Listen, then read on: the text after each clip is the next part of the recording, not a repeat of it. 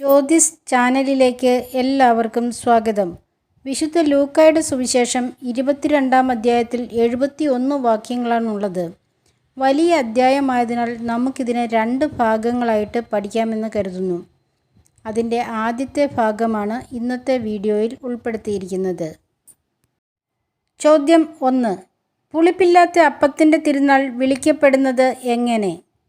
ഉത്തരം: പെസഹ എന്ന്. ചോദ്യം 2.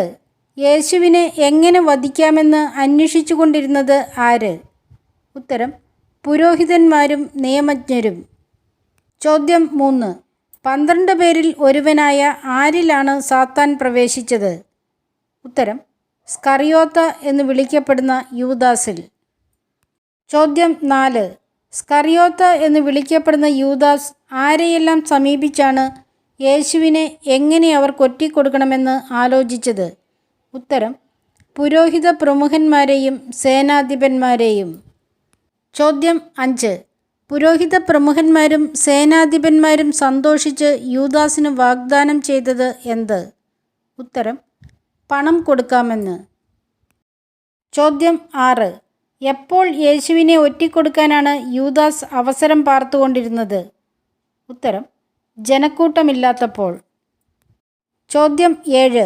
എന്ത് ചെയ്യേണ്ടിയിരുന്ന പുളിപ്പില്ലാത്ത അപ്പത്തിൻ്റെ ദിനമാണ് വന്നു ചേർന്നത്? ഉത്തരം: പെസഹ കുഞ്ഞാടിനെ ബലി കഴിക്കേണ്ട ദിനം. ചോദ്യം 8.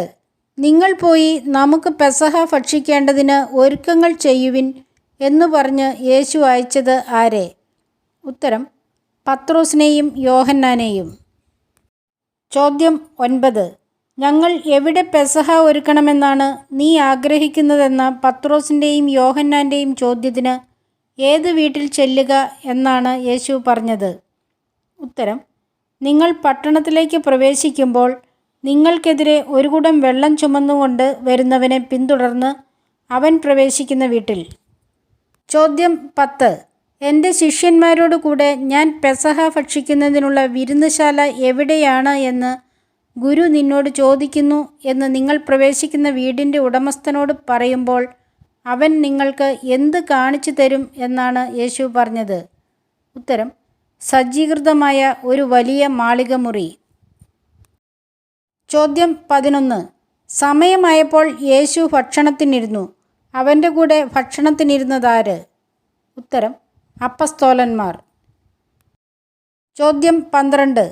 എപ്പോൾ നിങ്ങളോടുകൂടി ഈ പെസഹ ഭക്ഷിക്കുന്നതിന് ഞാൻ അത്യധികം ആഗ്രഹിച്ചു എന്നാണ് യേശു അപ്പസ്തോലന്മാരോട് പറഞ്ഞത്?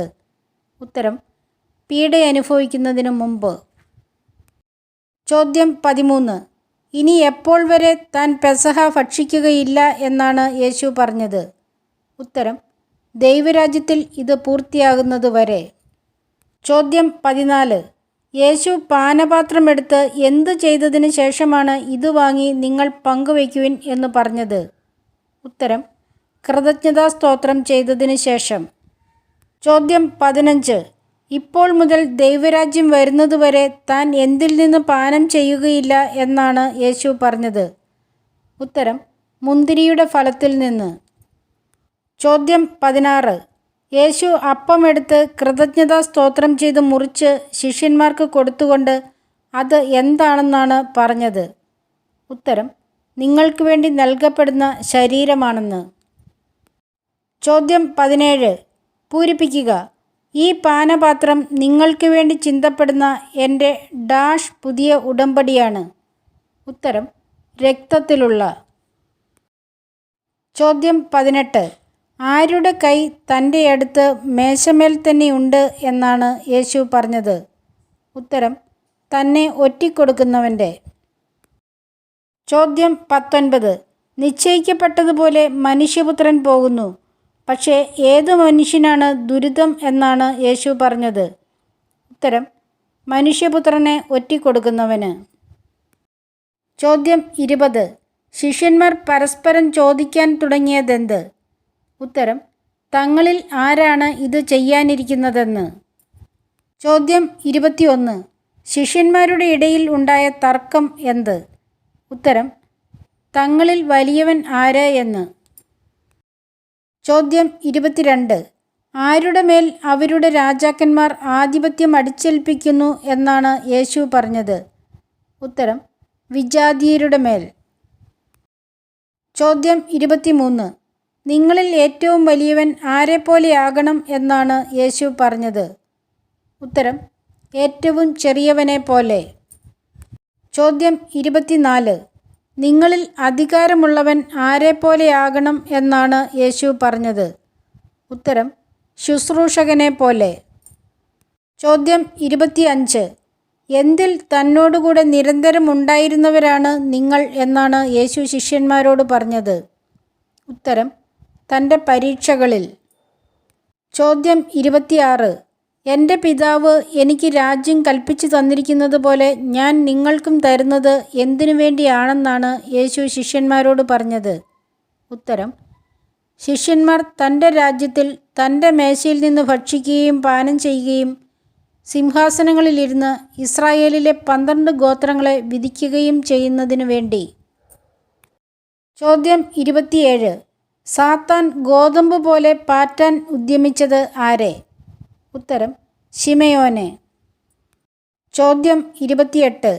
ശിമയോനെ ഗോതമ്പ് പോലെ പാറ്റാൻ സാത്താൻ ഉദ്യമിച്ചപ്പോൾ ശിമയോന് വേണ്ടി എന്തിനു പ്രാർത്ഥിച്ചു എന്നാണ് യേശു ശിമയോനോട് പറഞ്ഞത്?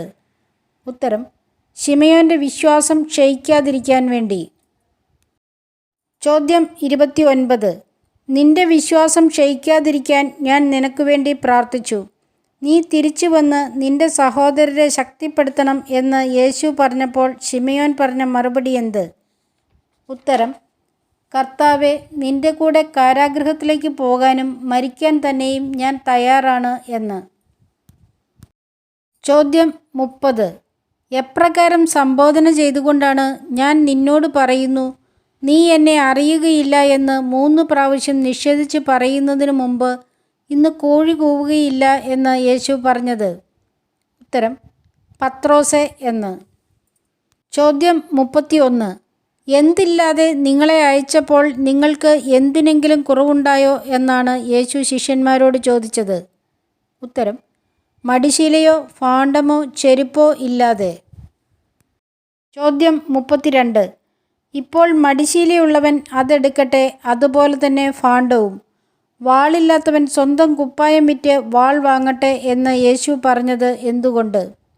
ഉത്തരം: അവൻ നിയമലംഘകരോടുകൂടെ എണ്ണപ്പെട്ടു എന്ന് എഴുതപ്പെട്ടത് പൂർത്തിയാകേണ്ടതിന്. ചോദ്യം 33. അവൻ ആരോടുകൂടെ എണ്ണപ്പെട്ടു എന്ന് എഴുതപ്പെട്ടത് തന്നിൽ നിവൃത്തിയാകേണ്ടിയിരിക്കുന്നു എന്നാണ് യേശു പറഞ്ഞത്? ഉത്തരം: നിയമലംഘകരോടുകൂടെ. ചോദ്യം 34. ഇവിടെ എത്ര വാളുണ്ട് എന്നാണ് ശിഷ്യന്മാർ യേശുവിനോട് പറഞ്ഞത്? ഉത്തരം: 2 വാളുകൾ. ചോദ്യം 35. പതിവ് പോലെ ഒലിവുമലയിലേക്ക് പോയ യേശു തന്നെ പിന്തുടർന്ന ശിഷ്യന്മാരോട് അവിടെ എത്തിയപ്പോൾ പറഞ്ഞതെന്ത്?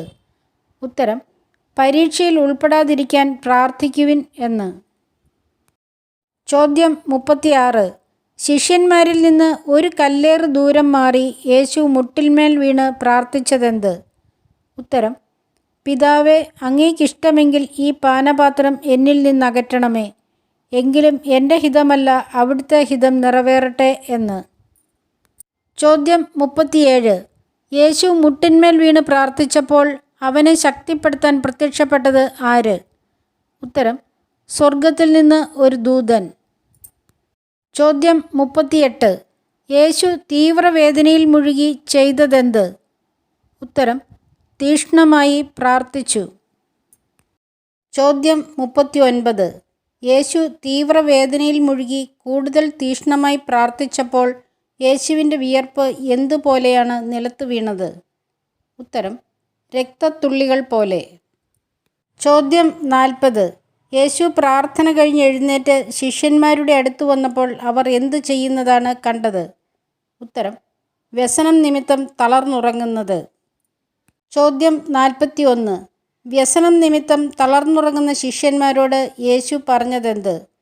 ഉത്തരം: പരീക്ഷയിൽ അകപ്പെടാതിരിക്കാൻ ഉണർന്നിരുന്ന് പ്രാർത്ഥിക്കുവിൻ എന്ന്.